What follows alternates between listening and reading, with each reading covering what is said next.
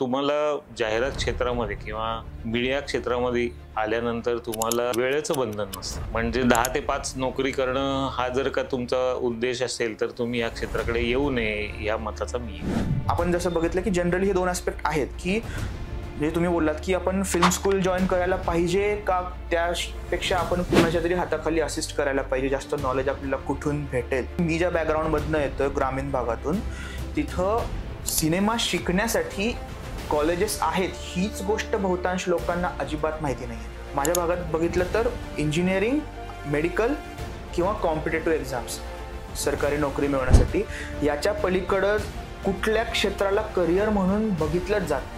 आता पुण्यामध्ये नाही म्हटलं तरी एक 15 ते 20 हजार फोटोग्राफर्स असतील, त्यातले ऑलमोस्ट 90% हे इंजिनियर्स आहेत. हे ऐकून सगळ्यांना नवल वाटेल.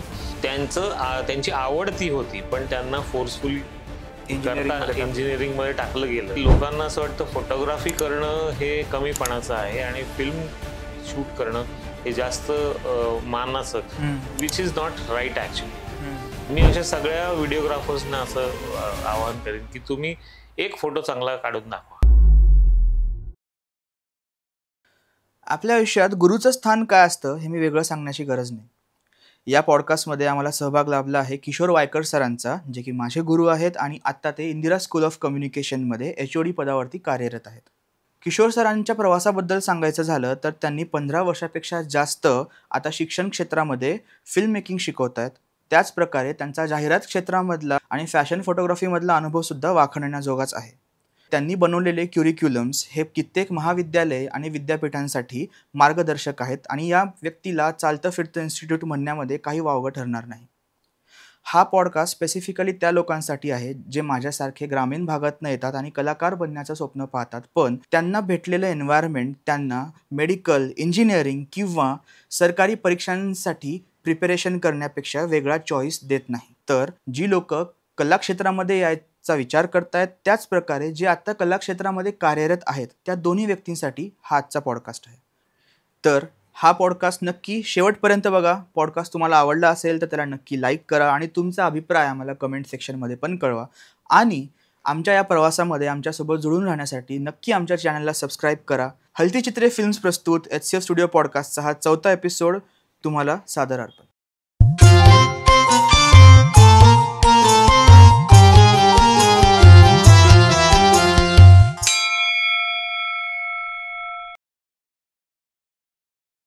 नमस्कार सर, मी विक्रमादित्य HCF स्टुडिओ पॉडकास्टमध्ये तुमचं स्वागत करतो. तसं तुम्ही खूप मोस्ट अवेटेड गेस्ट आहात. म्हणजे जेव्हा आम्ही पॉडकास्ट सुरू केला होता तेव्हा तुम्ही ॲज अ फर्स्ट प्रेफरन्स होतात, बट मध्यंतरी बऱ्याचशा तारखांचा पण विषय झाला. सो तुम्हाला आमचा स्टुडिओ कसा वाटतंय तसं सांगा. स्टुडिओ छान आहे आणि सगळ्यात महत्त्वाचं म्हणजे तुम्ही सगळी तरुण मंडळी पाहिल्यानंतर एक नवीन वेगळा जोश, आनंद वाटतोय की तुम्ही हे चांगला उपक्रम सुरू केलेला आहे. तर त्यासाठी माझ्या शुभेच्छा असतीलच. नाही सर, उपक्रम सुरू करण्यामागं तुमचे आशीर्वाद आहेत सर. माझ्यासाठी खूप सौभाग्याची गोष्ट आहे. ज्यांच्याकडनं मी जे काही सगळं शिकलोय मी त्यांना इंटरव्ह्यू करतोय. सो आजच्या पर्यंत एपिसोडमध्ये मी नव्हतो, पण आज थोडंसं नर्वस फील होतंय मला. अरे असं काय? ओके सर, मला तर माहिती आहे यू आर माय टीचर, पण आमच्या ऑडियन्ससाठी तुमच्या एक्सपिरियन्सबद्दल सांगा, तुमच्या आजपर्यंतच्या जर्नीबद्दल सांगा. माझा जन्म आणि शिक्षण मुंबईचं आहे.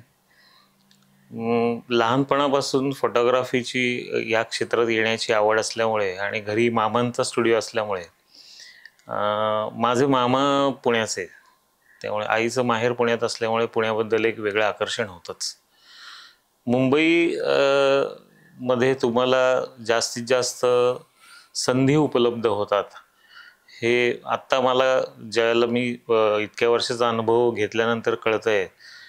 पण मी माझं भाग्य समजतो की माझा जन्म मुंबईत झाला, कारण तिथे माझं जे फॉर्मल एज्युकेशन आहे, ज्याला आपण बेसिक गोष्टींचं ज्ञान मिळणं कसं असतं, ते मला मुंबईमध्ये, मी JJ स्कूल ऑफ आर्टचा विद्यार्थी असल्यामुळे मी तिथे 5 वर्षाचा डिप्लोमा केला. त्यावेळेला आम्हाला 5 वर्षाचा डिप्लोमा होता, गव्हर्नमेंट डिप्लोमा इन आर्ट म्हणून. तर तो 5 वर्षाचा डिप्लोमा केला. त्यामध्ये माझा विषय होता कमर्शियल म्हणून जो आहे, वेगवेगळे क्षेत्र आहेत म्हणजे जे इलस्ट्रेशन आहे किंवा बाकीच्या ज्या गोष्टी आहेत इलेक्टिव्ह जे असतात त्याच्यामध्ये कमर्शियल म्हणजे तुम्ही जे काही व्यावसायिक दृष्टीने ज्या काही गोष्टी लागतात त्याचं शिक्षण तिथे, ज्याला अप्लाइड आर्ट म्हटलं जातं, तिथे माझं शिक्षण 5 वर्षाचं झालं. 3ऱ्या वर्षानंतर आम्हाला तिथे स्पेशलायझेशन घेण्यासाठी उद्युक्त केलं जातं, कारण तसा तो करिक्युलमच तसा तयार केला गेलेला होता की पहिली 2 वर्ष तुम्ही सामायिकरित्या सगळे अभ्यास पूर्ण करायचे असतात. 3ऱ्या वर्षापासून तुम्ही स्पेशलायझेशनकडे जायचं असतं आणि स्पेशलायझेशनमध्ये तुम्हाला एकतर इलस्ट्रेशन, ज्यांचं ड्रॉइंग रेखाचित्र चांगलं आहे ते त्या बाजूला जातात, ज्यांना टायपोग्राफी करायचं म्हणजे अक्षरांशी खेळायचं आहे ते त्या बाजूला जातात. पण माझी आवड पहिल्यापासून दृकश्राव्य माध्यमाकडे जाण्याची असल्यामुळे मला तिथे जास्त जाणं ॲप्रोप्रिएट वाटलं होतं आणि म्हणून मी ते पूर्वीपासून ठरवलंच होतं. म्हणजे मी वयाच्या 8वीपासून मामांच्या स्टुडिओमध्ये लग्नमुंजींचे फोटो काढण्याचे माझे धडे सुरूच झाले होते. त्यामुळे त्या क्षेत्रातली आवड निर्माण झाली होती आणि तिथे नवीन काहीतरी करावं, अजून त्यात पुढे शिक्षण घ्यावं ह्या दृष्टीने मी स्कूल ऑफ आर्टमध्ये ॲडमिशन घेतलं होतं. स्कूल ऑफ आर्ट झाल्यानंतर मला असं कळालं की, म्हणजे तिथे गेल्यानंतर कळालं की लग्नमुंजींचे फोटो काढणं हेच काही क्षेत्र नाही आहे. त्याच्या पुढे बऱ्याचशा गोष्टी मला खुणावत होत्या की स्पेशली मला ॲडव्हर्टायझिंगमध्ये जायचं होतं, जो माझा आज कोर आहे विषय. ॲडव्हर्टायझिंग फोटोग्राफी किंवा तत्सम ज्या गोष्टी आहेत किंवा ॲडव्हर्टायझिंग फिल्म मेकिंग ह्या पुढची जी काही पायऱ्या आहेत त्या मला चढायच्या होत्या. तर त्या दृष्टीने मी माझं शिक्षण पूर्ण केल्यानंतर 1984ला मी एका जाहिरात एजन्सी आहे मुंबईमध्ये, नरिमन पॉईंट इथे, तिथे मी 5 वर्षाचा अनुभव घेतला फोटोग्राफीचा. तिथे ॲज ए आर्टिस्टपासून, ज्युनियर आर्टिस्टपासून सुरुवात केली आणि शेवटी इनहाऊस फोटोग्राफर आणि सिनियर व्हिज्युअलायझर म्हणून मी तिथनं माझी 5 वर्षाचा अनुभव घेतला. तिथे रोज नवीन जाहिरातींसाठी काम करावं लागत होतं. आज एका ब्युटी प्रॉडक्टसाठी करतोय तर उद्या काहीतरी आपण टायर कंपनीसाठी करतोय, परवा दिवशी LICसाठी करतोय, तर कधी बेअरिंग्स किंवा इंजिनिअरिंग क्षेत्रातल्या कुठल्या गोष्टींसाठी काम करतोय. अशी विविध क्षेत्रामधले अनुभव घेतल्यानंतर 1984ला माझं महत् भाग्य की फ्रुटी लॉन्च झालं आणि फ्रुटी लॉन्चच्या काळामध्ये मी तिथे होतो. त्या जाहिरात एजन्सीकडे त्याचं काम होतं त्या फ्रुटीचं. त्यामुळे मला ते फ्रुटीचं लॉन्च कसं असतं किंवा एखाद्या प्रॉडक्टचं लॉन्च कसं केलं जातं आणि त्याच्यावरती किती सखोलरित्या अभ्यास केला जातो आणि त्यातनं चर्चा करून किंवा बाकीच्या गोष्टी ज्या आहेत त्या सगळ्या माझ्या समोर घडत होत्या. त्यामुळे मला त्या अनुभवता आल्या. अर्थात मी त्याचा भाग नव्हतो, पण मी एक मूक काय म्हणतो साक्षीदार म्हणून ते सगळं पाहत होतो आणि त्यातनं शिकण्याचा प्रयत्न करत होतो, कारण मला पुढे जाहिरात बनवायची होती.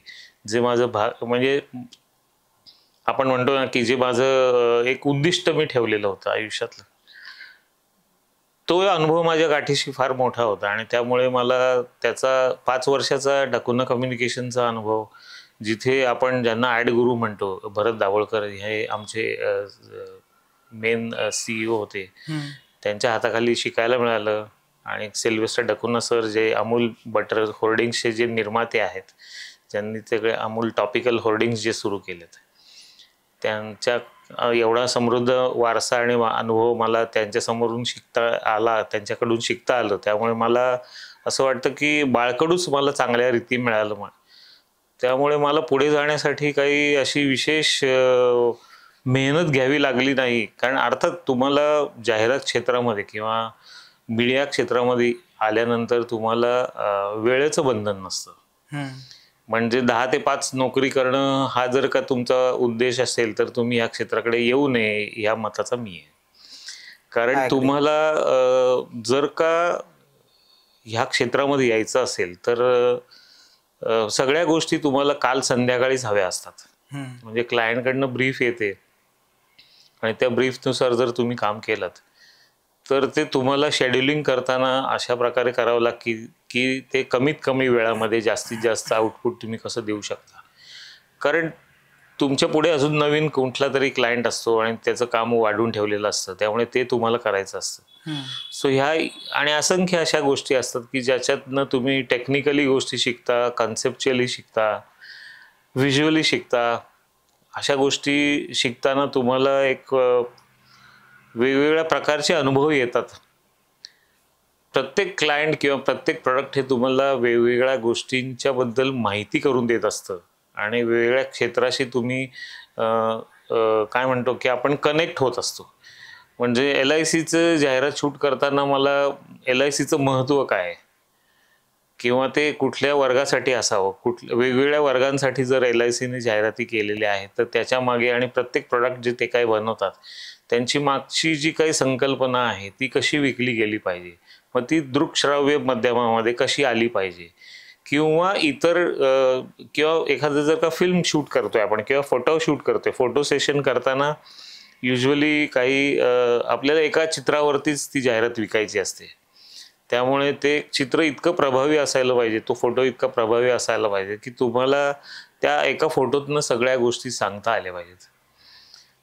त्यामुळे मग तो एक फोटो इतर फिल्म बघताना आपण सिरीज ऑफ पिक्चर्स बघतो ज्याच्यामध्ये आपल्याला इमोशन्स असतात, ज्याच्यामध्ये म्युझिक्स असतात, ज्याच्यामध्ये आपल्याला वेगवेगळ्या गोष्टींची रंगछटा दिसतात.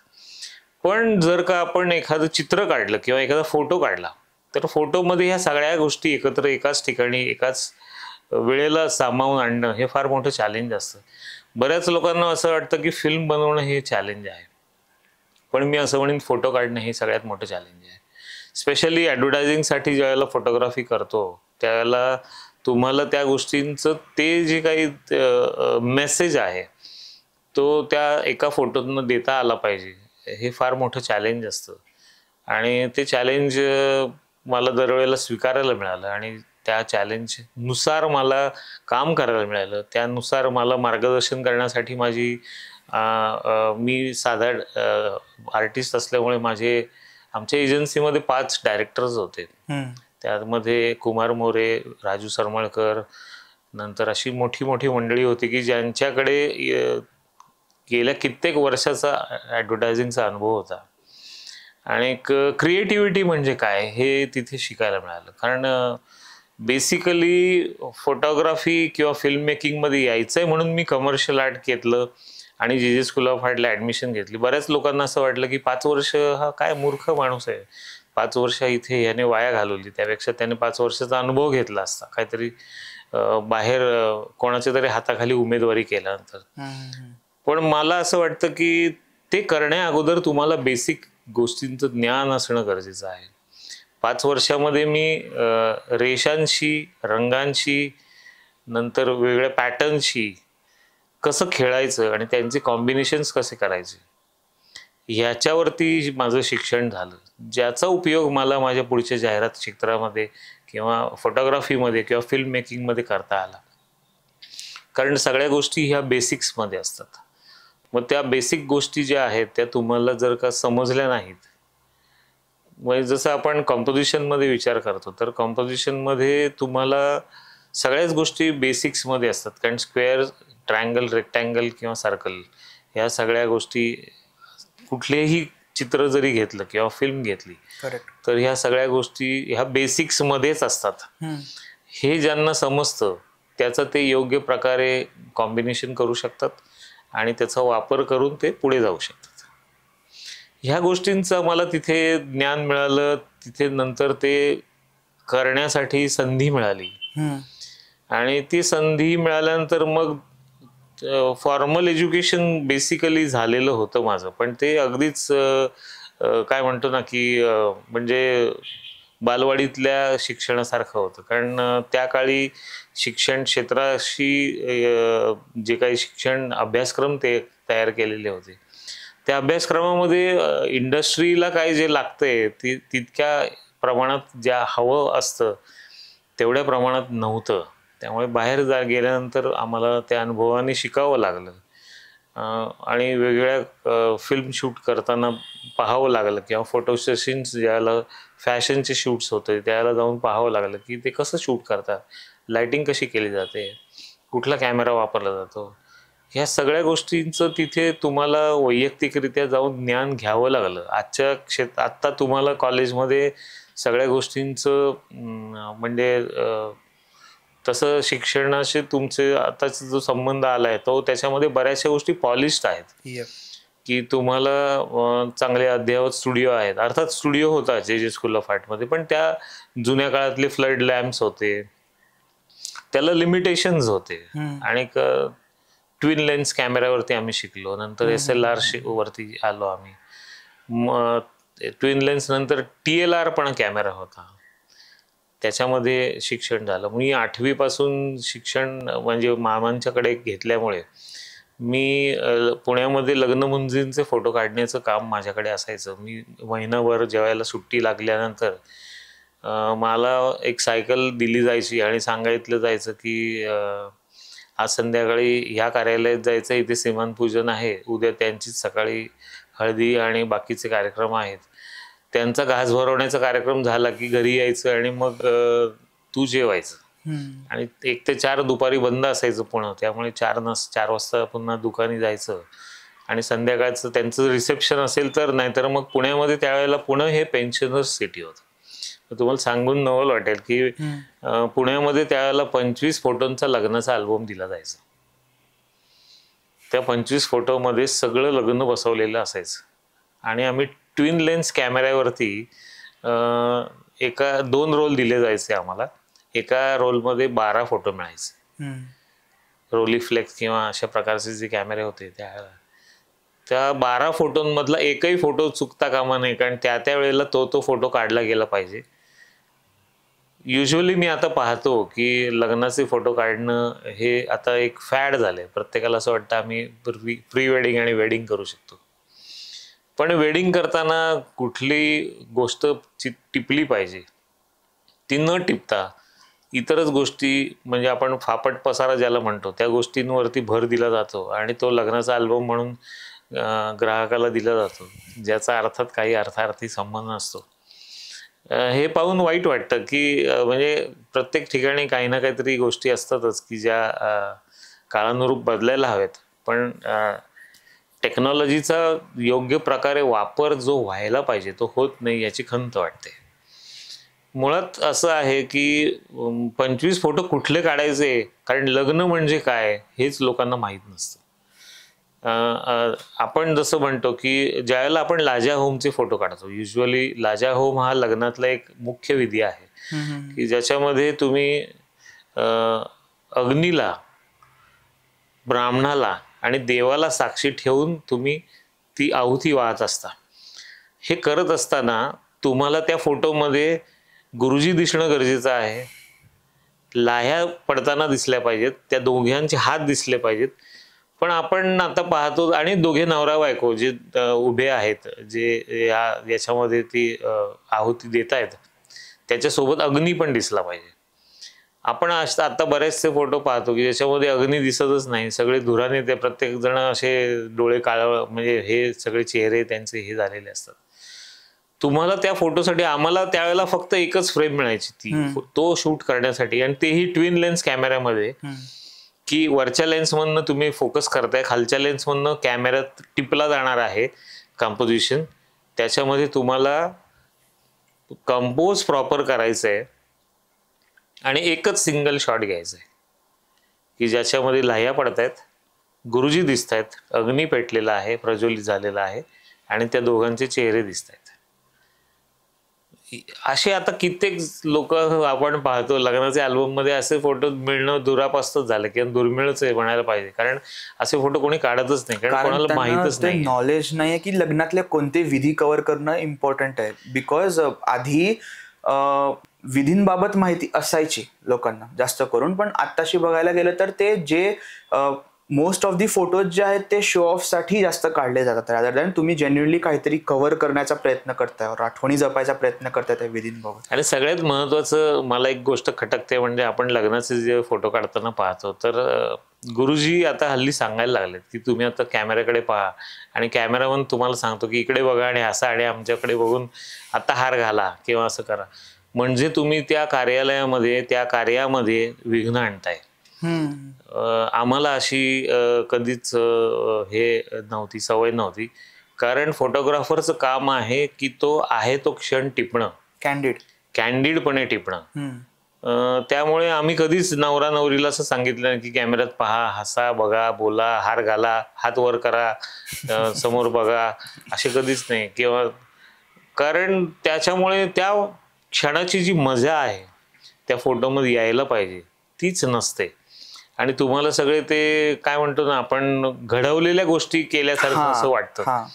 सो त्यातला जो सहजता आणि लहेज आहे ना त्या विधीची किंवा त्या कार्यक्रमाची, ती निघून जाते. त्यामुळे हल्लीचे लग्नाचे फोटो पाहणं म्हणजे एक मोठं दिव्यच असतं. ते मी स्पष्ट बोलतो आणि मी स्पष्ट वक्ता असल्यामुळे बऱ्याचशा लोकांना माझं मत पटत नाही. पण ह्या गोष्टी आहेत की ज्या तुम्ही पाळल्या पाहिजेत, ज्या घेतल्या पाहिजेत, अंगीकारल्या पाहिजेत. तुमचा जे स्कूल ऑफ आर्ट मधला एक्सपिरियन्स कसा होता सर? आता माझ्याबद्दल बोलायचं झालं तर माझा कॉलेजमधला जो एक्सपिरियन्स आहे, आय विल से की you are the bestest thing ever happen to us if I talk about my college. की जे काही आम्हाला कॉलेजमधनं जे शिकायला भेटलंय किंवा जर कॉलेजचं काही योगदान म्हणायला गेलं आमच्या बाबतीत, आमच्या एज्युकेशनमध्ये किंवा आमच्या ओव्हरऑल करिअर प्रोस्पेक्ट्समध्ये, तर तुमच्या नावाचा उल्लेख केल्याशिवाय राहत नाही. तर तुम्ही तुमच्या पण टीचरचा एक मेन्शन केला, दाभोळकर सर म्हणून. तर जे स्कूल ऑफ आर्ट मधला तुमचा एक्सपिरियन्स बद्दल अजून मला ऐकायला आवडेल. जे स्कूल ऑफ आर्ट्स मध्ये माझं 3ऱ्या वर्षापासून फोटोग्राफी, तिथे फिल्म मेकिंग त्यावेळेला तेवढं जास्त त्याला महत्व दिलं जात नव्हतं. कारण पहिल्यापासून, आणि मी खरं म्हणजे तसं पाहायला गेलं तर फिल्म मेकिंगची जी कॉलेजेस आहेत भारतातली, जे पुण्यातलं FTI जे आहे आता, तिथे सुद्धा पहिल्या वर्षाला तुम्हाला फिल्म मेकिंगच्या फोटोग्राफीचं ज्ञान दिलं जातं. आणि जोपर्यंत तुम्हाला एक स्थिर चित्र काढता येत नाही तोवर तुम्ही चलचित्राकडे जाऊ शकत नाही, हा त्याचा उद्देश असतो. पण समहाऊ आपल्या इथे लोकांनी रॉंग कन्सेप्शन्स करून घेतलेले आहेत त्या फोटोग्राफी या क्षेत्राच्या बद्दलचे. त्याच्यामुळे काय झालं की लोकांना असं वाटतं फोटोग्राफी करणं हे कमीपणाचं आहे आणि फिल्म शूट करणं हे जास्त मानाचं किंवा व्हिडिओग्राफीला जास्त महत्व दिलं जातं, which is not right actually. Photo जर तुम्हाला चांगला काढता आला, मी अशा सगळ्या व्हिडिओग्राफर्सना असं आवाहन करेन की तुम्ही एक फोटो चांगला काढून दाखवा. त्यातले 90% तरी मंडळी त्यामध्ये सक्सेस होणार नाहीत असं दिसतं. कारण त्यांना चलचित्राची किंवा आपण म्हणतो ना की सिरीज ऑफ पिक्चरची सवय लागलेली असते. त्यांना ज्यावेळेला एक चित्र एका फ्रेम मध्ये तुम्हाला बंदिस्त करायचं आहे, एखादा क्षण, तर तो क्षण म्हणजे काय, आणि ती जी फ्रेम आहे तुमची, 4 कोपरे जे आहेत त्या फ्रेमचे, त्या फ्रेम मध्ये तुम्हाला जर बसवायचं झालं तर फ्रेमचा प्रत्येक कोपरा हा तुमचा एक त्या चौकटीमध्ये तुम्हाला सगळ्या गोष्टी बसवणं म्हणजे तुम्हाला त्या चौकटीचं ज्ञान असणं फार गरजेचं आहे. ऍब्सोल्युटली. जे आपण फ्रेम मध्ये म्हणतो की व्हर्टिकल जरी केलं किंवा हॉरिझॉन्टल केले तर आपल्याला आपण त्याच्यावर ग्राफ टाकतो, इझिली आता अवेलेबल आहे, ग्राफ अवेलेबल असतात. त्या फ्रेमचे जर 9 तुकडे केले आपण आणि 9 तुकड्यांचं जर आपण कंपोजिशन मध्ये विचार केला तर आता बऱ्याचशा लोकांना कंपोजिशन काय आहे इथपासून सुरुवात होते. त्या 9 तुकड्यांमध्ये कुठले 6 तुकडे चांगले आहेत आणि कुठले 3 तुकडे चुकीचे आहेत, किंवा कुठले 6 तुकड्यांवरती तुम्हाला जास्त भर द्यायचा आहे, त्याच्यावरती तुमचं कंपोजिशन ठरलं जातं. मग त्याला वेगळ्या रीतीने वेगळे कंपोजिशनचे नियम आपण लावतो. आपल्याला बरेचसे कंपोजिशनचे नियमच माहीत नाहीत. त्यामुळे आपण फ्रेम लावताना आपल्याला कंपोजिशन, कारण माझ्या सगळ्यात आवडीचा विषय हा कंपोजिशन आहे. कंपोजिशन करताना जर का तुम्हाला ती फ्रेम प्रॉपरली कंपोज नसेल तर ती फ्रेम कंपोज केल्यानंतर, म्हणजे मी माझ्याकडे बऱ्याचशा जाहिरातींचे फोटोज आल्यानंतर ज्यावेळेला आम्ही एखादी जाहिरात शूट करतो, म्हणजे फिल्म नव्हे फोटो म्हणून ज्यावेळेला जाहिरात शूट करतो, त्यावेळेला आम्ही सगळ्यात पहिलं त्याचे काही एखादं सेलिब्रिटी असेल किंवा मॉडेल असेल तर त्यांना पहिली ब्रीफ दिली जाते आणि मग बाकीच्या गोष्टी सगळ्या येतात. ज्यावेळेला ऍक्च्युअल शूट्स होतात त्यावेळेला शूटच्या वेळेला मला बऱ्याचशा गोष्टी लोकांना करताना पाहतो त्यावेळेला पण नवल वाटतं की तुम्ही त्या कॉन्सेप्टला धरून किंवा कॉन्सेप्टला अनुसरून असलेले लाइटिंग केलं पाहिजे आणि शूट केले पाहिजेत. करेक्ट. आणि तेच क्षण टिपले पाहिजेत. बरीचशी मंडळी अशी वाह्यातपणे असं उगाच शूट करत जातात जास्तीत जास्त की जेणेकरून मग नंतर तेच चॅलेंज तुमच्या समोर उभं राहतं की त्यातनं एखादं एक फोटो सिलेक्ट करायचा म्हटल्यानंतर जर का तुम्ही एका फोटोसाठी 1000 फोटो शूट केले तर त्यातला नक्की चांगला फोटो काढण्यासाठी तुम्हाला पुन्हा एक 8-10 तास त्याच्यासाठी घालवावे लागणार. त्यापेक्षा जर का तुम्ही चांगला फोटो काढण्यासाठी तुमचे काही बेसिक पॅरामीटर्स तयार केले आणि ते पॅरामीटर्स नुसार शूट केलं तर ते कदाचित तुम्ही एक 100च्या आत फोटो काढलेत तर ते सिलेक्ट करताना तुम्हाला तेवढं चॅलेंज राहणार नाही. करेक्ट. आणि ह्या गोष्टींचं म्हणजे पूर्वज्ञान असणं गरजेचं आहे. आणि ऍक्च्युली ते जास्त वर्क होईल. मी बऱ्याचदा असं बघितलंय की जेव्हा आपण जातोय शूटवर ते शूटवर जायच्या आधीचं आपलं प्रिपरेशन मॅटर करतं.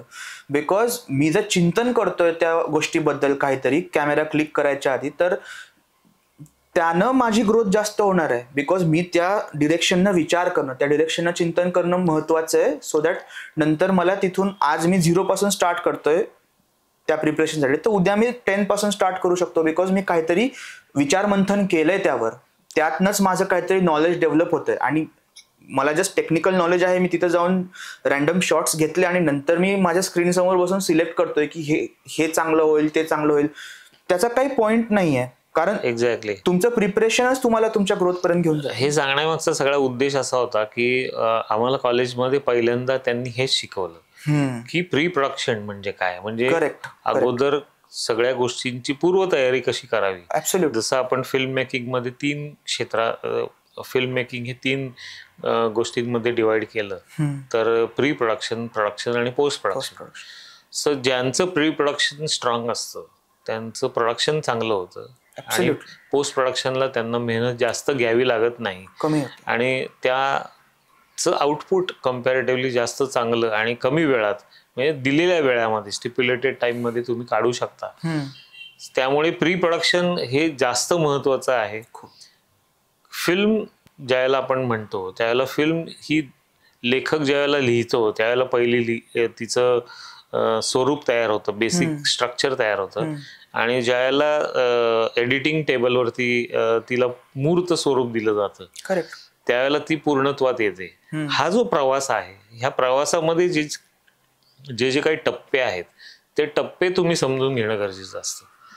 ते जर माहीत नसतील तर मग अर्धवट ह्या गोष्टींचं ज्ञान मग ते आपण काही बऱ्याचशा लोकांना मी पाहिलं की ते एडिटिंग वरती जास्त भर देतात. म्हणजे आता होऊन जाऊ दे काय असेल ते नंतर आपण एडिटमध्ये बघून घेऊ. हा जो ऍटिट्यूड आहे ना हा चुकीचा आहे कारण ती प्रॅक्टिसच चुकीची आहे.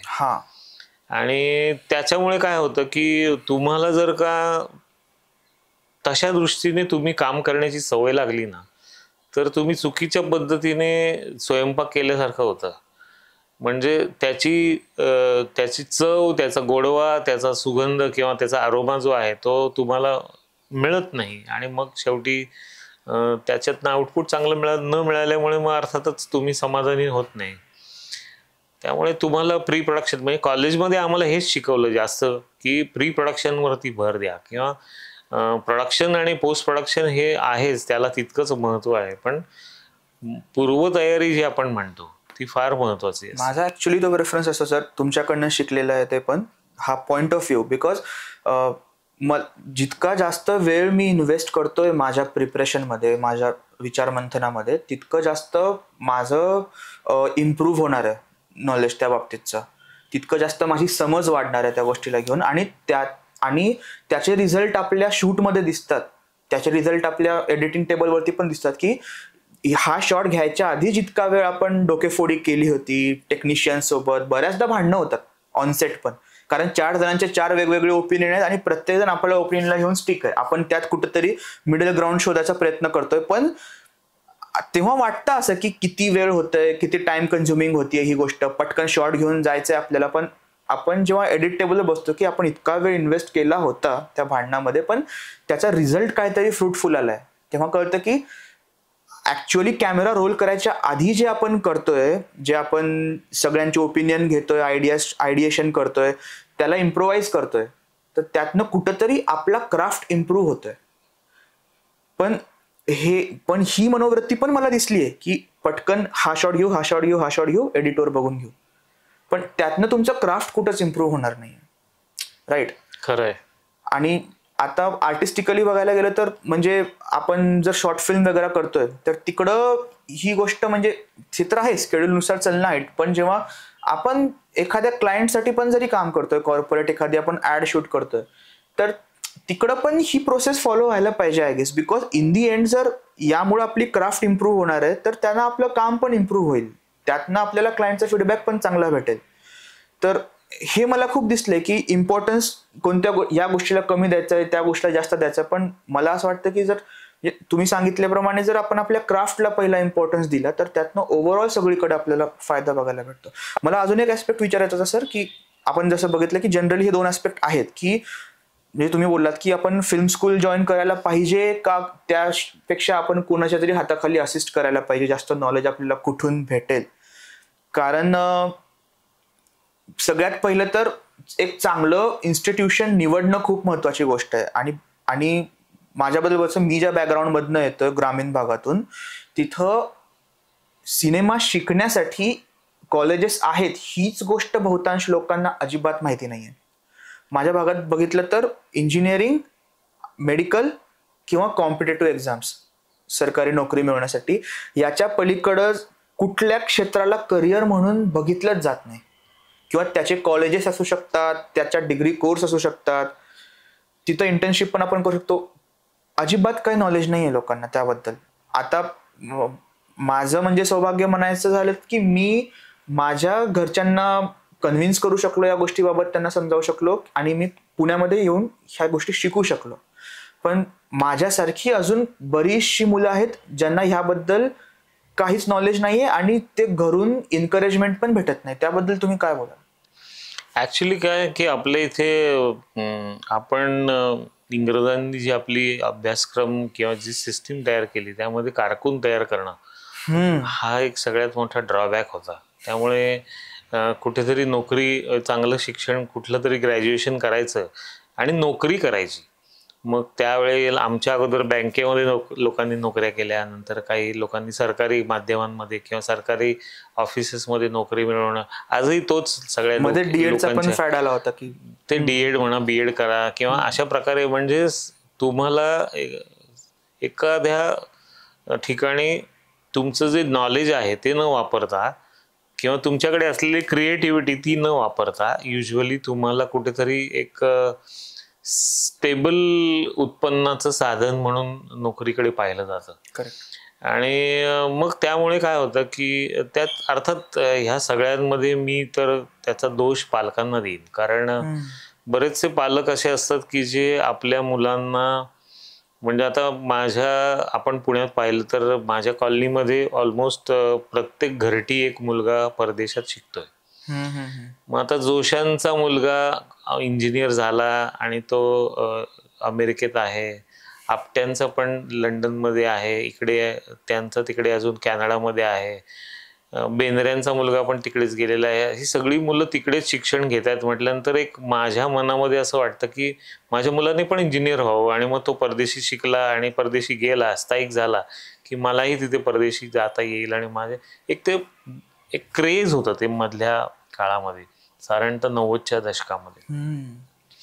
पण आता बऱ्यापैकी पालकच शिक्षित झालेत आणि त्यांना समजायला लागले की मुलांना आपण ह्या क्षेत्रामध्ये पाठवलं, म्हणजे त्यांच्या आवडीच्या क्षेत्रामध्ये पाठवलं म्हणजे त्याला काही प्रमाणामध्ये, जसं आपण काही चित्रपट येऊन गेले मधल्या काळामध्ये, जसं 3 इडियट्स सारखे चित्रपट जे तुम्हाला अगदीच पिन पॉइंट करायचं झालं तर, की ज्याच्यामध्ये ह्या गोष्टींना जास्त हायलाइट केलं गेलं आणि त्याच्यावरती तुम्हाला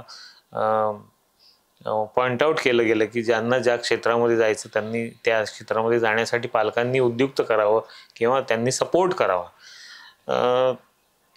त्यामुळे शिक्षित पालक असतील तर तो ऑटोमॅटिकली, कारण मुलं ज्यावेळेला संभ्रमावस्थेत असतात, कारण 10वी नंतर त्यांना 12वी जरी झाली, इनफॅक्ट ग्रॅज्युएशन झालेली मुलं सुद्धा मी पाहतो की बऱ्याचशा प्रमाणात संभ्रमावत असतात ती, आणि त्यांना कळत नाही की आपण पुढे काय करणार आहोत. कारण त्यांना विचारलं काय करायचं तर त्यांच्या डोक्यात काही हे नसतं, की ठरलेलं नसतं नक्की. त्यांना बऱ्याचशा गोष्टी, आता कोण मित्र चांगलं काहीतरी करतोय किंवा एक घरातले कोणी डॉक्टर असतील तर प्रत्येकाला असं वाटतं आपला मुलगा डॉक्टरच व्हावा, किंवा इंजिनियर असेल तर इंजिनियरच व्हावा, किंवा अशा प्रकारचे जे काही वकील असतील, कारण ती लेगसी त्यांना पुढे कंटिन्यू करायची असते. आणि त्यांना असं वाटतं की इतके आहे, आता आजोबांपासून आपण घरामध्ये वकील आहोत, वडिलांनी वकिली केली, चुलते बाकी सगळी घरातली मंडळी वकील आहेत, आणि बाकीचे मग आता ह्याने पण वकील व्हावं म्हणजे मग त्याच्याकडे क्लायंट बेस पण आहे, सगळं स्थैर्य आहे, व्यावसायिक स्थैर्य मिळेल त्याला काय आहे ते फक्त पुढे चालवायचं आहे.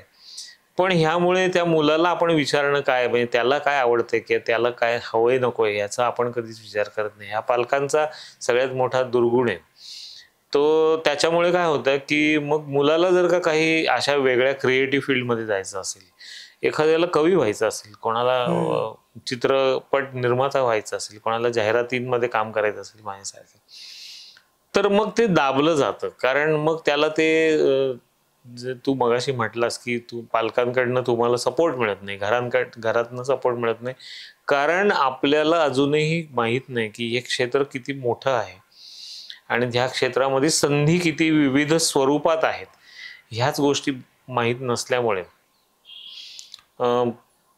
मग त्याला आपण सपोर्ट कसा करणार. आता मला जर एखादी गोष्ट माहीतच नाही की ह्या क्षेत्रामध्ये काय काय संधी उपलब्ध आहेत, म्हणजे त्याच्यावरून तुला आता मी थोडंसं डिटेलमध्ये जाऊन सांगेन की जसं प्री प्रोडक्शनमध्ये काय संधी आहे, असा जर का विचार केला एखादी, आता तुम्हाला कॉलेजेसमध्ये आम्ही असाइनमेंट देत होतो की प्री प्रोडक्शन करण्यासाठी किंवा प्रोडक्शन करण्यासाठी किंवा पोस्ट प्रोडक्शनसाठी वेगवेगळ्या असाइनमेंट्स असायचे. सो त्या दृष्टीने आता जर का एखादा चांगला लेखक होऊ शकतो, एखादा चांगला स्क्रिप्ट रायटर होऊ शकतो, एखादा चांगला आपण काय म्हणतो कंटेंट डेव्हलपर होऊ शकतो, कंटेंट रायटर होऊ शकतो, अशा प्रकारच्या नोकऱ्या अवेलेबल आहेत, हेच पालकांना माहीत नाही. हा सगळ्यात मोठा ड्रॉबॅक आहे. आणि ते माहीत नसल्यामुळे त्यांना असं वाटतं की अरे बापरे, मग आता काय करणार, हा नुसता लिहितच बसतोय, रात्रंदिवस लिहितोच आहे, वह्या किंवा एखादा मुलगा लॅपटॉपवर असेल किंवा कॉम्प्युटरवर असेल तर त्याचं ते काही त्याच्या मनातल्या ज्या काही कल्पना आहेत त्या प्रत्यक्षात कागदावरती उतरवणं, म्हणजे आता कॉम्प्युटरवरती उतरवणं असं आपण म्हणू शकतो. तर तो जर ते करत असेल तर त्याला तुम्ही सपोर्ट केला पाहिजे. ते करण्यासाठी तुम्हाला लागणारी जी काही मानसिकता आहे, जे वातावरण आहे, त्यासाठी लागणारी जी पोषक गोष्ट म्हणजे तुम्हाला इतर लेखकांची ज्या काही त्यांनी कविता आहेत किंवा संग्रह आहेत किंवा कथा आहेत, कादंबऱ्या आहेत, ते वाचणं गरजेचं असतं. त्याच्यावरती तुमचा अभ्यास होणं गरजेचं असतं, जेणेकरून तुमच्यामध्ये एखाद्या विषयावरती लिहिण्यासाठी प्रगल्भता येते. आणि ती प्रगल्भता जोपर्यंत येत नाही तोपर्यंत त्या गोष्टींवरती तुम्ही ठामपणे लिखाण करू शकत नाही. म्हणजे हा एवढा सुंदर चांगला त्याच्याकडे असलेला हे त्याला डावलून जर का त्याला बळच इंजिनियर करायचं आपण ठरवलं तर त्याचं लक्ष लागत नाही. माझ्याकडे बरीचशी मुलं येतात, कारण आता मी जवळजवळ 20-22 वर्ष या शिक्षण क्षेत्राशी निगडीत आहे.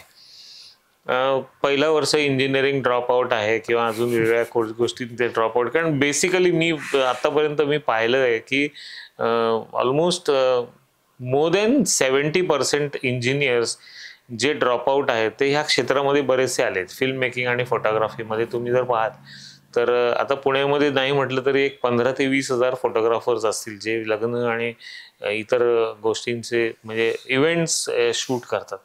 त्यातले ऑलमोस्ट 90% हे इंजिनियर्स आहेत. हे ऐकून सगळ्यांना नवल वाटेल, पण मुळात कसं असतं की त्यांची आवड ती होती, पण त्यांना फोर्सफुली इंजिनिअरिंग मध्ये टाकलं गेलं आणि नंतर मग ते second year first year dropout झाले.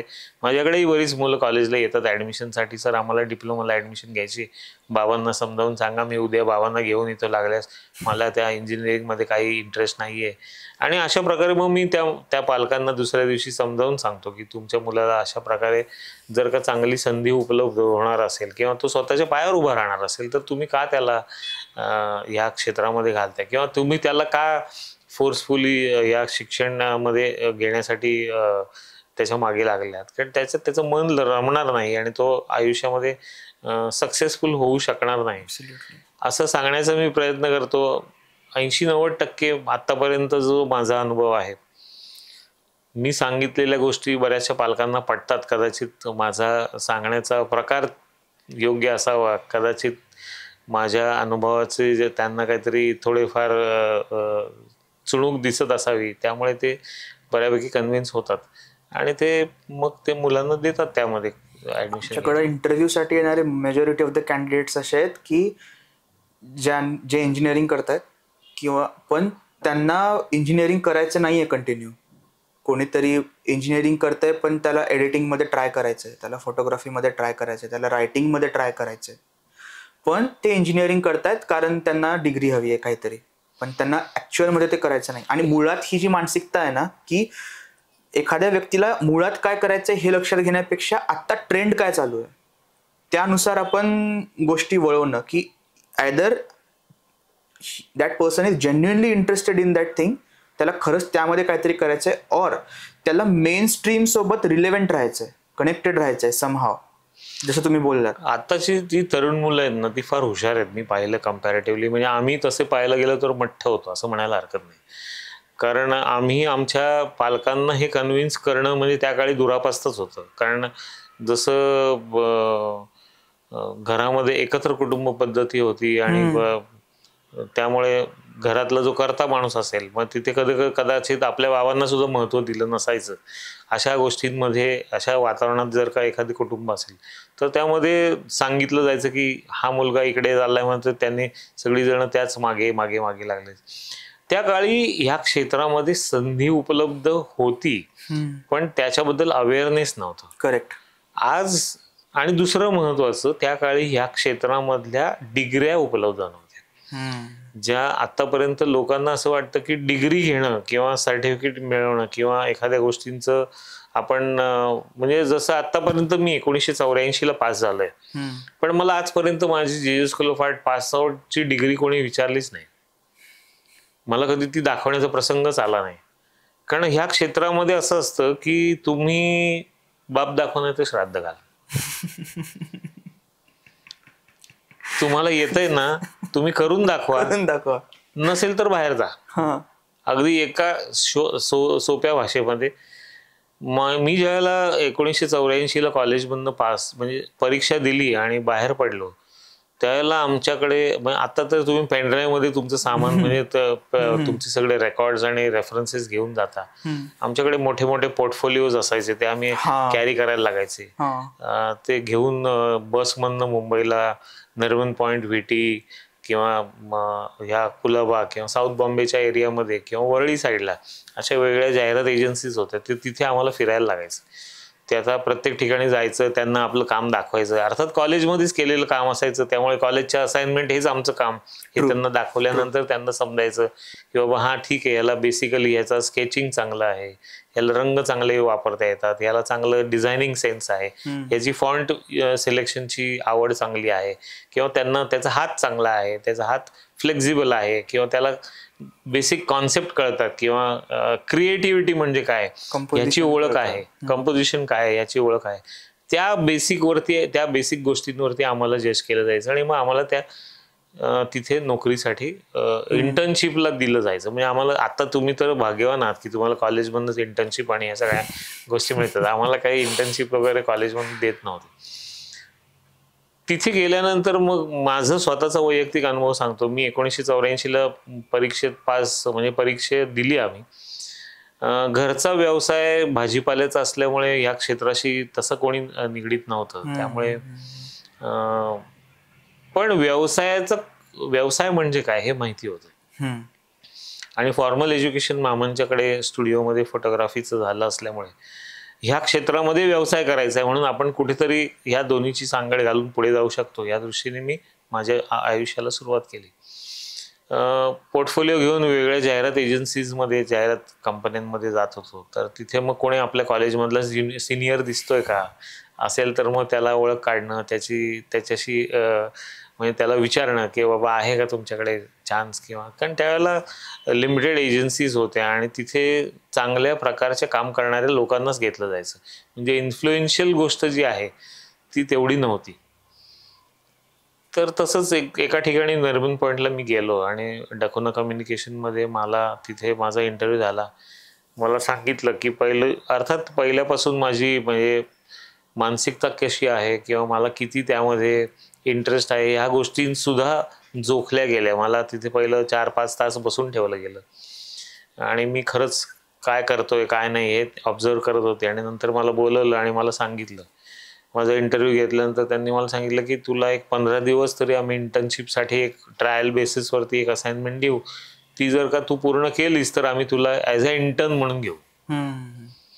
आणि समोर मला एक ते गोदरेज इलेक्ट्रॉनिक टाईपरायटरचं एक 165 पानाचं ब्रोशर त्यांनी दिलं डिझाईन करायला. आणि ते म्हणजे ऑफिस टायमिंग होतं 9:15 ते 5:30 आणि त्यानंतर 6 ते पहाटे 2 वाजेपर्यंत काम करायची तिथे सवलत होती किंवा तिथे कंटिन्युअस. मगाशी मी जसं तुला सांगितलं की ह्या क्षेत्रामध्ये यायचं तर तुम्हाला काम करणं हे महत्वाचं असतं, वेळेचं बंधन नसतं. 9:15 ते 5:30 मध्ये तुम्हाला 2:30 वाजता एक चहा मिळायचा कंपनीतर्फे. आणि 5:30च्या नंतर जर का तुम्ही थांबायचं ठरवलं तर 6 ते पहाटे 1:30-2 वाजेपर्यंत संध्याकाळचं तुम्हाला एक बिर्याणी दिली जायची. त्यावेळेला आम्हाला व्हेज बिर्याणी मिळायची ऑफिसमधनं free of cost. So bachelor life होतं आणि एक आपल्याला काय कुठूनही काहीतरी आणि घरी जाऊन करणार काय त्यापेक्षा म्हणून मी संध्याकाळ बरं त्याचे वेगळे 25 रुपये मिळायचे. म्हणजे मला एका दिवसाचे 25 रुपये मिळत होते, त्याचे 550 रुपये मिळायचे कारण शनिवार रविवार ऑफिस बंद असायचं. आणि संध्याकाळी 6 वाजल्यापासून ते पहाटे 1:30-2 वाजेपर्यंत काम केल्याबद्दल एक बिर्याणी तर रोज मिळायचीच, पण त्याच्या व्यतिरिक्त 25 रुपये मिळायचे की ज्याचा मला खूप फायदा झाला. की जे पैशाचा मी संचय केला आणि मग मी माझा स्वतःचा कॅमेरा विकत घेतला, मी माझ्या स्वतःच्या काही इक्विपमेंट्स विकत घेतले. कारण मी ज्यावेळेला माझा कॅमेरा पहिला विकत घेतला त्यावेळेला माझ्या घरी वडिलांना नेऊन दाखवला माझा कॅमेरा. तर ते म्हणे त्या काळी मी तो 55,000 रुपयाला हॅझलबॅड घेतला होता सेकंड हँड. आता हॅझलबॅड कॅमेरा काय इथपासून सुरुवात, म्हणजे लोकांना आता सांगायचं काय, आता आजही बऱ्याच लोकांना हॅझलबॅड कॅमेरा माहिती नाही. आता हॅझलबॅड हा मिडल फॉर्मॅट कॅमेरा आहे, जाहिरातींसाठी लागणारा कॅमेरा. आणि त्यावेळेला तो म्हणजे अॅनालॉग सिस्टीम होती. आता इलेक्ट्रॉनिक्समुळे तुम्हाला चिपवरती सगळ्या गोष्टी मिळतात. हॅझलबॅड घेतला, त्याच्यासोबत 3 लेन्सेस आणि एक्स्ट्रा मॅगझिन्स असं एक ते 55,000चं किट घेतलं. घरी गेल्यानंतर त्यावेळेला नवीन ब्रँड न्यू कॅमेरे मला आठवते की साधारणतः 2600, 2800, 2500 अगदी चांगल्यातला चांगला कॅमेरा 4800 रुपयापर्यंत मिळत होता वेगळ्या कंपन्यांचे. आणि मी 50,000 तर तोही सेकंड हँड घेऊन गेलो म्हटल्यानंतर मला घरात फक्त मारायचंच बाकी ठेवलं होतं. तर मी म्हटलं की नाही पण ह्याचा उपयोग असा असा आहे. आणि मग त्यांना ती सगळी उपयुक्तता सांगितली. आणि अर्थात त्यांचा थोडा तोपर्यंत माझ्यावरती विश्वास बसलेला होता कारण मी नोकरी करत करत ह्या सगळ्या गोष्टी करत होतो. ज्यावेळेला मी म्हटलं की आता हा कॅमेरा आलाय, आता मी माझ्या व्यवसायाला हळूहळू सुरुवात करणार आहे, कारण तोवर मला एक साधारणतः 3 वर्ष होऊन गेली होती नोकरीला. म्हणजे मी फॉर्मल एज्युकेशन घेतलं, 3 वर्ष माझा अनुभव झाला होता. त्यावेळेला मी असं आणि पैशाचा संचय झाला होता, त्यामुळे मी इक्विपमेंट घेऊन हळूहळू माझ्या व्यवसायाकडे निघालो होतो. तरीही मला 2 वर्ष लागली पुढचे पूर्णपणे नोकरीतनं व्यवसायात येण्यासाठी. कारण मी एक पाहिलं की आपली ह्या क्षेत्रामध्ये ओळख नाहीये, तर आपण ओळख वाढवली पाहिजे. मग पुढच्या 2 वर्षामध्ये मी त्या क्षेत्राशी निगडीत असलेल्या ज्या व्यक्ती आहेत त्यांच्याशी परिचय वाढवला. जिथनं मला बिझनेस येणार आहे प्रॉस्पेक्टिव्ह त्यांच्याशी मी संपर्क वाढवला, त्या एजन्सीजना जाऊन भेटायला लागलो. हे नेटवर्किंग जे आहे सर, नेटवर्किंग करायला लागलो. किती जास्त इम्पॉर्टंट आहे. तुमच्यामध्ये स्किल्स तर आहेत, ऑलमोस्ट तुम्ही तुमच्या स्किल्सवर काम केलंय, पण जर नसेल तुमच्याकडे नेटवर्किंग स्किल्स, कम्युनिकेशन स्किल्स, तुम्ही रिप्रेझेंट कसं करताय स्वतःला कुठंतरी तुमच्या आताच्या काळामध्ये तर तुम्हाला नेटवर्किंग फार महत्वाचं आहे. कारण त्या काळी कसं होतं की लिमिटेड एजन्सीज होते आणि लिमिटेड सोर्सेस होते. आता तुम्हाला सोशल मीडियामुळे तुम्ही तुमची स्वतःची जाहिरात वेगवेगळ्या प्रकारे करू शकता, हे तुम्हालाही माहिती आहे. आता आज जर एखादा मुलगा असेल समजा की त्याला बेसिक पासून सगळं स्क्रॅच पासून सुरू करायची गरज आहे, नॉलेज बेस, त्यानं स्किल्स अक्वायर केल्या, तर त्याला स्वतःला रिप्रेझेंट करण्यासाठी लोकांमध्ये ओळख वाढवणं गरजेचं. तुम्ही त्याला काय स्ट्रॅटेजी सजेस्ट कराल की त्यांना काय करायला पाहिजे, कसं करायला? युजली मी असं म्हणेन की तुम्ही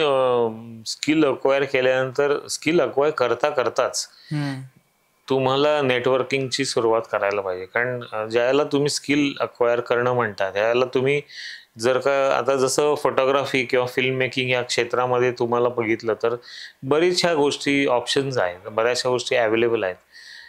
जसं मी माझं स्पेशलायझेशन आता मी फोटोग्राफीमध्ये म्हटलं तर मी ॲडव्हर्टायझिंग आहे, इंडस्ट्रीयल आहे, कमर्शियल आहे, फॅशन आहे, ऑटोमोबाईल आहे किंवा प्रोडक्ट फोटोग्राफी आहे, ई कॉमर्स फोटोग्राफी आहे, ह्याच्यामधलं माझं स्पेशलायझेशन आहे. आणि काही प्रमाणात मी फॉरेन्सिकवरती पण रिसर्च करतो आणि त्या दृष्टीने मी ट्रेनिंग पण घेतलीत मुलांचे, किंवा जसं ह्यांच्याशी आपल्या पुणे पोलिसांना मी ट्रेन केलेलं आहे. तर तिथे तुम्हाला तुम्हाला ह्या क्षेत्रामध्ये जर का यायचं झालं, म्हणजे जाहिरातींमध्ये यायचं झालं, तर तुम्ही जाहिरात बनवण्यासाठी काय काय लागतं हे जर तुम्हाला माहीत नसेल तर तुम्ही ती जाहिरात बनवणार कशी? करेक्ट. म्हणजे तुमचा जो ग्राहक आहे तो कोण आहे, त्याची स्पेंडिंग कपॅसिटी काय आहे, त्याची अर्निंग कपॅसिटी काय आहे, त्याची लाईफस्टाईल काय आहे, त्याला नक्की काय आवडतंय आणि त्याला काय विकलं गेलं पाहिजे, त्याची चॉईस प्रमाणे त्याला काय दिलं गेलं पाहिजे, ते त्याच्या खिशाला परवडलं पाहिजे आणि त्याला त्याच्या ह्या गोष्टींना त्याच्या लाईफस्टाईलला सूट व्हायला पाहिजे. ह्या सगळ्या गोष्टींचा तुम्हाला विचार करण्यासाठी तुम्हाला ह्या गोष्टी जाणून घेणं फार गरजेचं असतं.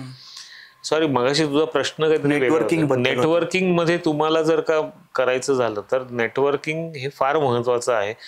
जर का तुम्ही तुमच्याकडे नॉलेज आहे, स्किल आहे, पण माहित नाही शेजाऱ्याला की तुम्ही काय करताय, करेक्ट, तर तुम्हाला काम कसं मिळणार? हाऊ वुड यू टेल की how to sell your self?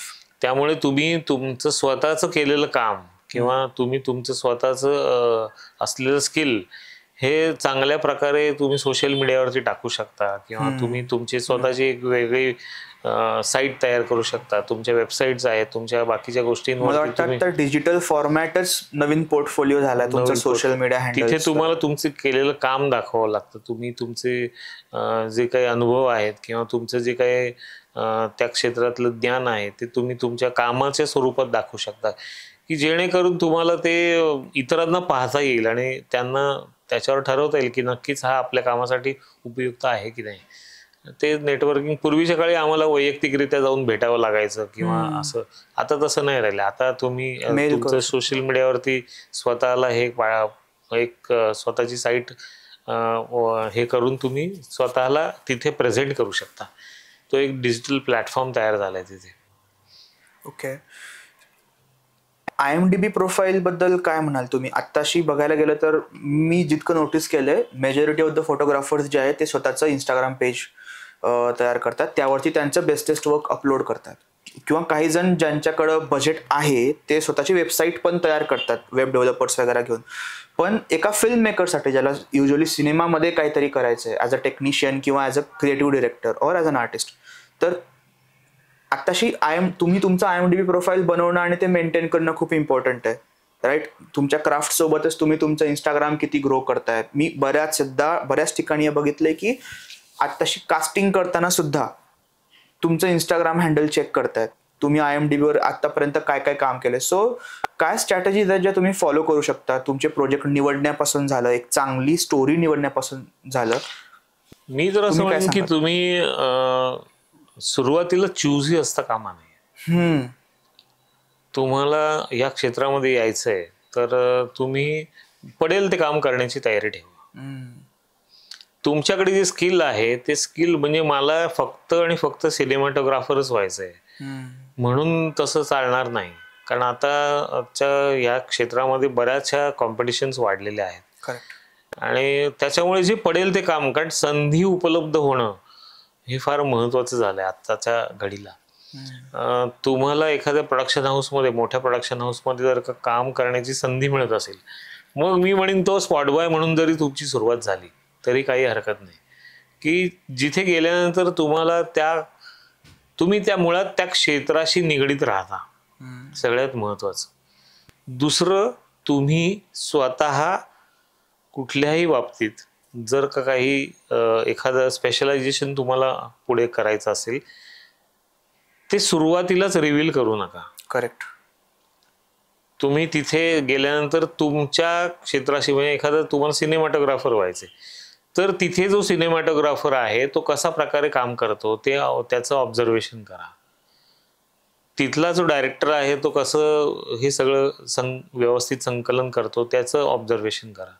तिथला जो स्क्रिप्ट रायटर आहे तो कसं त्याचा रोल हे करतो, डिफाईन करतो, ते बघा. ह्या सगळ्या गोष्टी पाहिल्यानंतर तुम्हाला आत्ताचा जो करंट ट्रेंड आहे तो समजतो, की जेणेकरून आत्ताची जी स्टाईल आहे त्या स्टाईलमुळे तुम्हाला मग तुमची स्वतःची स्टाईल वेगळी निर्माण करू शकता. बऱ्याचदा कसं असतं की आपण मनाशी धरून येतो की मला ॲक्टरच व्हायचं. आता बरेचसे मंडळी आपण पाहिले आता चित्रपटातले, ज्यांना हिरो व्हायचं होतं पण ते कोणी एडिटर झाले, कोणी सिनेमॅटोग्राफर झाले, किंवा कोणी अशा वेगवेगळ्या क्षेत्रामध्ये गेले. कारण स्पर्धा ही सगळीकडेच आहे. तुम्हाला प्रूव्ह करण्यासाठी सगळ्यात महत्त्वाचं, तुम्ही मुळात त्या क्षेत्राशी निगडीत राहणं फार गरजेचं असतं, सगळ्यात महत्त्वाचं. तिथे गेल्यानंतर म्हणजे 12ही महिने 24 तास जर तुम्ही त्या वातावरणात राहाल तर तुम्ही ऑटोमॅटिकली हळूहळू ग्रो होत जाता. कळत नकळतपणे तुमच्यावर संस्कारात होत असतात, आणि ते रोजचे होणारे जे संस्कार आहेत ना, ते मोजता येत नाहीत, ते तुमच्या कामात दिसतात. आणि ज्यावेळेला तुम्ही ते काम करायला घेता त्यावेळेला तुम्हाला समजतं की अरे आपण किती बेसिक गोष्टींमध्ये सुरुवात केली होती, पण आता आपण किती पॉलिशरित्या हे व्यवस्थितपणे मांडू शकतोय. हा तुमचा जो प्रवास आहे ना, हा तुम्हाला अनुभवता येतो, तुम्हाला जोखता येतो, किंवा तुम्हाला तो मेजर करता येतो. स्वतःला जर का कॅल्क्युलेट करायचं झालं, म्हणजे मी स्वतः एकटा ज्यावेळेला बसतो आणि मी विचार करतो की आता माझा एक साधारणतः ह्या क्षेत्रातला 40 वर्षाचा जर अनुभव आहे, तर मी आता याच्या पुढे अजून 20 वर्ष जर काम करणार असेल तर अजून 20 वर्षामध्ये किती डेव्हलपमेंट होणार आहे, आणि त्या दिवशी मला काय काय शिकायला पाहिजे.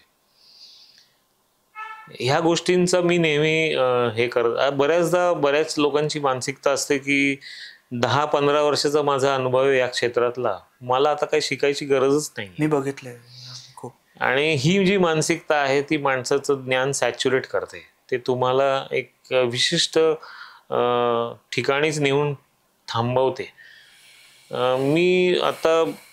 मला फिल्म मेकिंग, फोटोग्राफीमध्ये यायचं होतं, हा माझा बेसिक पॅशन होता. पण नंतर मला कळालं की मला जर्नलिझममध्ये पण इंटरेस्ट आहे. तर मग मी जर्नलिझमचं मास्टर्स केलं.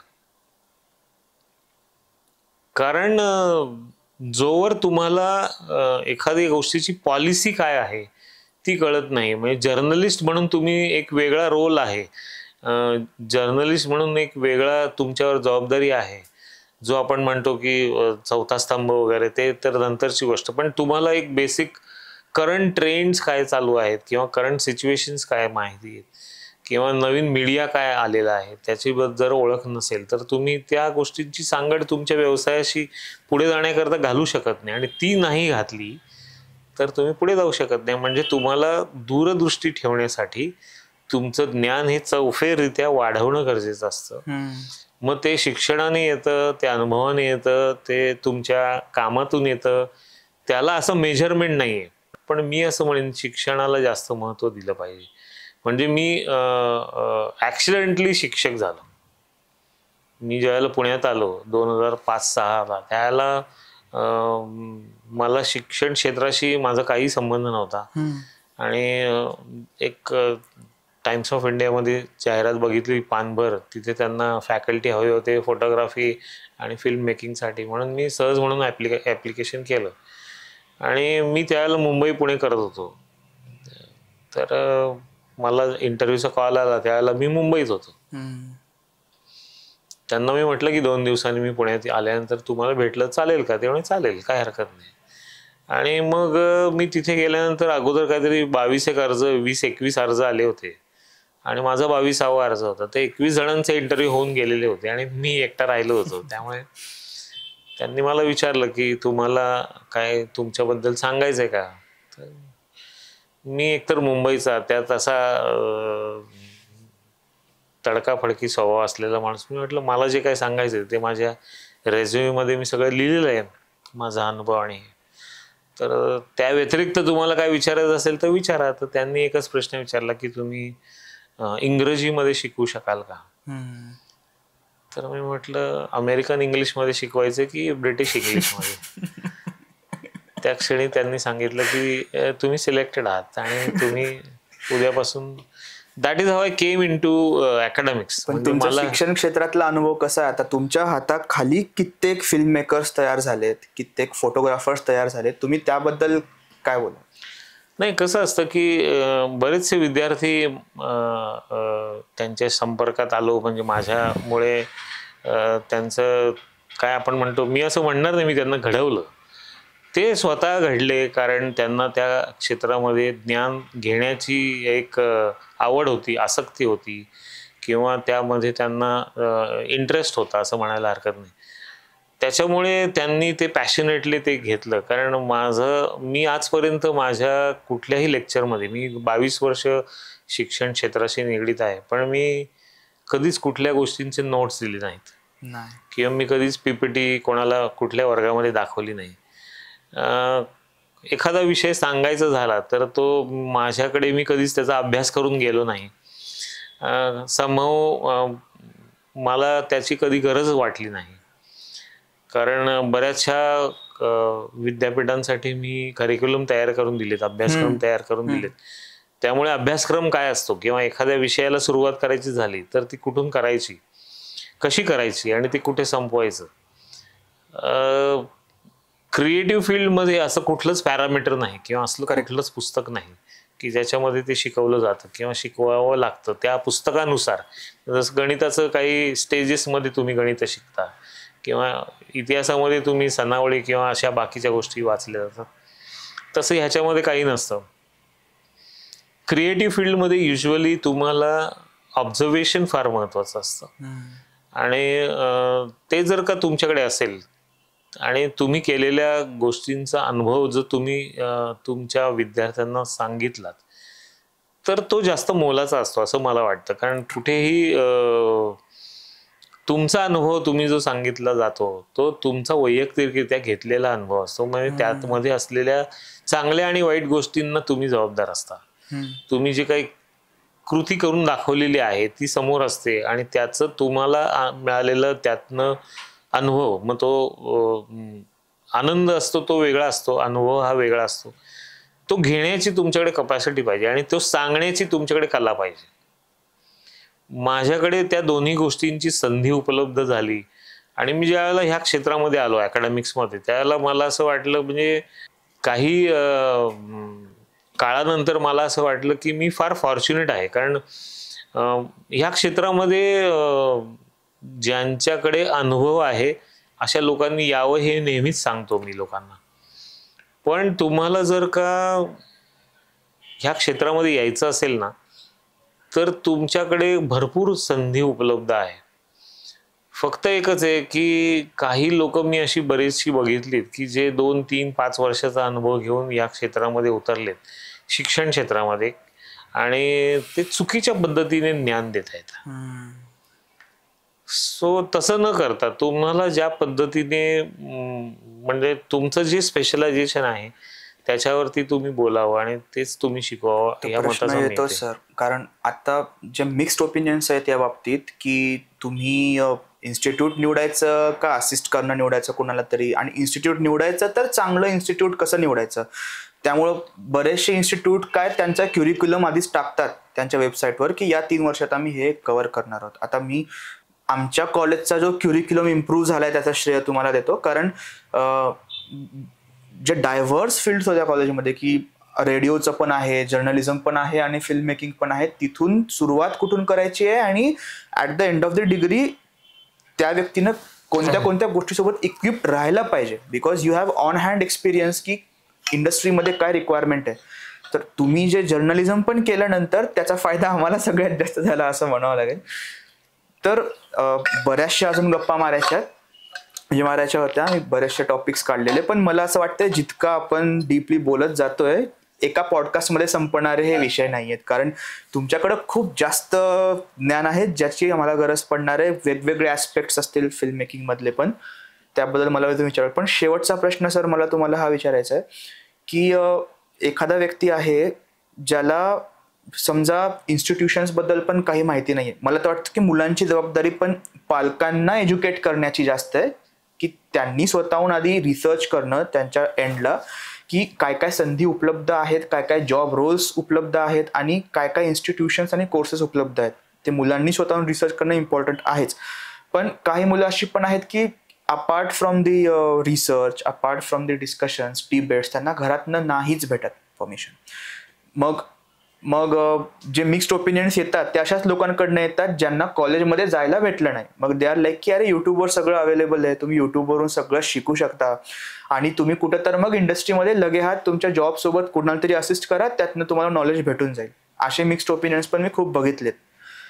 मग FTI ॲस्पिरंट सगळ्यांनाच होता येत नाही इन दी एंड. मग अशा व्यक्तींसाठी तुम्ही काय सजेस्ट कराल? की कारण मी बरेचसे कॅन्डिडेट्स आहेत जे बुक्स वाचतात, पुस्तकांद्वारे किंवा एक मूवीज वगैरे बघून त्यांच्या एंडला कुठंतरी त्यांचं हसल चालू आहे, प्रयत्न चालू आहे की मला नॉलेज घ्यायचं यातलं. तर तुम्ही असे बुक्स आणि मूवीज काय रिकमेंड कराल किंवा तुम्ही त्यांना काय सांगाल की अशांनी काय करायला पाहिजे? युजली मी एक ह्या गोष्टींमध्ये तुला सांगू इच्छितो की तुम्ही बेसिक नॉलेज कुठेतरी घ्या, कुठल्या तरी कॉलेजमध्ये, भले ते कुठलं स्क्रॅच कोर्स असेल किंवा बाकीच्या ज्या छोट्या छोट्या इन्स्टिट्यूट, आता वर्कशॉप्स सगळ्यांना सगळ्या मोठ्या इन्स्टिट्यूटमध्ये किंवा याच्यामध्ये कॉलेजमध्ये हे करता येत नाही, ऍडमिशन्स मिळते असं नाही किंवा घेण्याची कपॅसिटी असते असं नाही. पण जर का तुम्ही बेसिक गोष्टींचं नॉलेज घेतलं आणि नंतर सायमल्टेनियसली कुठेही नोकरी केलीत ना, तर त्या नॉलेजचा वापर तिथे कसा होतोय हे तुम्हाला कळेल. ट्रू.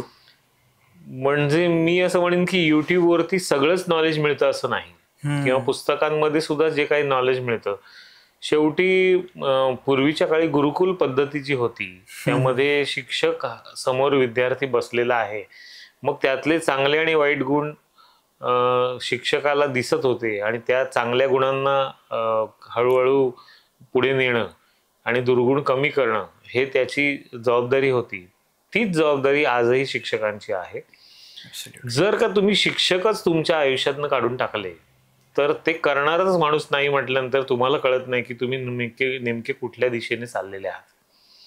सो शिक्षण घेणं फार गरजेचं आहे, फॉर्मल एज्युकेशन. आता मला सांग, तुम्हाला इंजिनियर होताना इंजिनिअरिंगची डिग्रीज घ्यावी लागते, करेक्ट. डॉक्टर होताना डॉक्टरची डिग्रीज घ्यावी लागते, वकील होताना वकिलाची सनद घ्यावी लागते.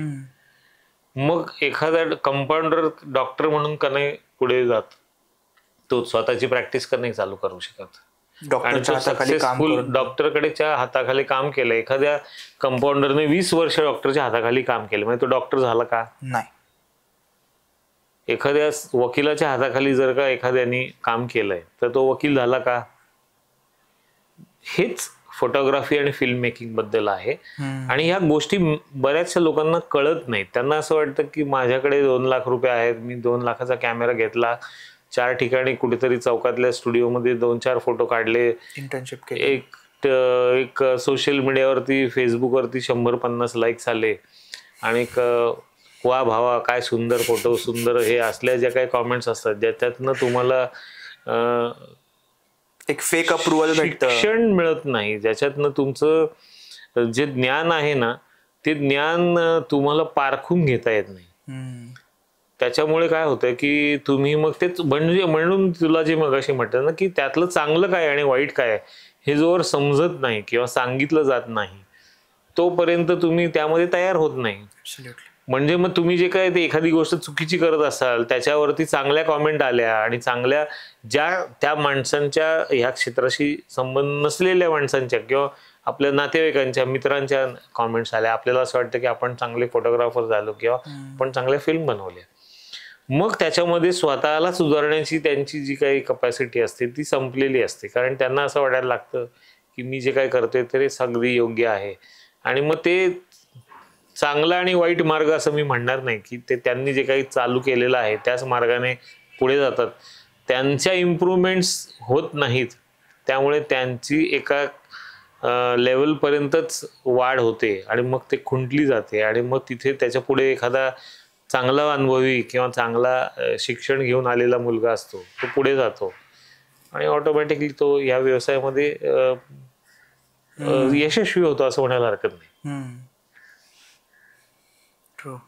Thank you very much sir. इथं आपल्याला आज थांबावं लागेल, बरेचसे अजून विषय कव्हर करायचे आहेत. तो तुम्हाला परत आमच्यासाठी वेळ काढावा लागेल. आपण एक सिरीज बनवू शकतो यासाठी, कारण अजून पण मला असं वाटतं की या विषयाला अजून जास्त सखोलपणे लोकांच्या समोर मांडणं, त्यांना एज्युकेट करणं. कारण जरी आता देशभरामध्ये किती जरी फिल्म इन्स्टिट्यूशन्स आले असतील ॲडव्हर्टायझिंगसाठी पण, फोटोग्राफीसाठी पण, तरी पण आपल्याला अवेअरनेसच्या लेवलपासून लोकांना एज्युकेट करणं खूप जास्त इम्पॉर्टंट आहे. आणि त्यासाठी तुमच्या अनुभवाची आणि तुमच्या नॉलेजची आम्हाला खूप जास्त गरज पडेल. सो मी तुम्हाला परत एकदा धन्यवाद देतो आमच्यासाठी वेळ काढल्याबद्दल, आणि विनंती करतो की तुम्ही परत वेळ काढाल आमच्यासाठी. नक्कीच मला आवडेल या विषयावर बोलायला, कारण हा माझ्या आवडीचा विषय आहे. आणि लोकांना शिक्षित करणं किंवा लोकांना अवेअर करणं हा माझा शिक्षक म्हणून एक धर्म आहे असं मला वाटतं. आणि मी नुसताच शिक्षक नाही, तर मी एक चांगला फिल्म मेकर, फोटोग्राफर, किंवा आपण म्हणतो की एक माझ्या ह्याच्यावरती तू पाहिलं असेल तर मी क्रिएटिव्ह आहे असं लोकांना कधीच स्वतःहून सांगत नाही. पण एक चांगला समीक्षक आहे, चांगला एक चांगला फिल्म मेकर आहे, चांगला ॲडव्हर्टायझिंग मधला एक काम करणारा कलाकार आहे असं म्हणू शकतो. अजून बरंचसं काही शिकायचं आहे मला, पण अर्थात ते मी चालूच आहे माझं सायमल्टेनियसली. आणि नक्कीच तुझ्या या पॉडकास्टच्या सिरीजमध्ये मला यायला आवडेल. आणि तू आणि तुमच्या कंपनीने मला बोलवल्याबद्दल मी त्यांचे आभार मानतो. आणि नक्कीच ह्या माझ्या अनुभवाचा काही मुलांना जर फायदा झाला तर मला असं वाटतं की माझं आजचं येणं हे काळजी म्हणजे फायदेशीर होईल असं मला वाटतं. तुमचा विद्यार्थी म्हणून मी स्वतःला खूप फॉर्च्युनेट समजतो, कारण तुमच्या शिकवण्याचा जो फायदा झालाय त्याच बळावर आम्ही काहीतरी करायचा प्रयत्न करतोय आज. अँड ते आमचं सौभाग्य आहे, द्रोणाचार्य म्हणून तुम्ही लावलात आम्हाला, त्यासाठी मी तुमचे धन्यवाद देतो. आणि परत एकदा थँक्यू व्हेरी मच. थँक्यू.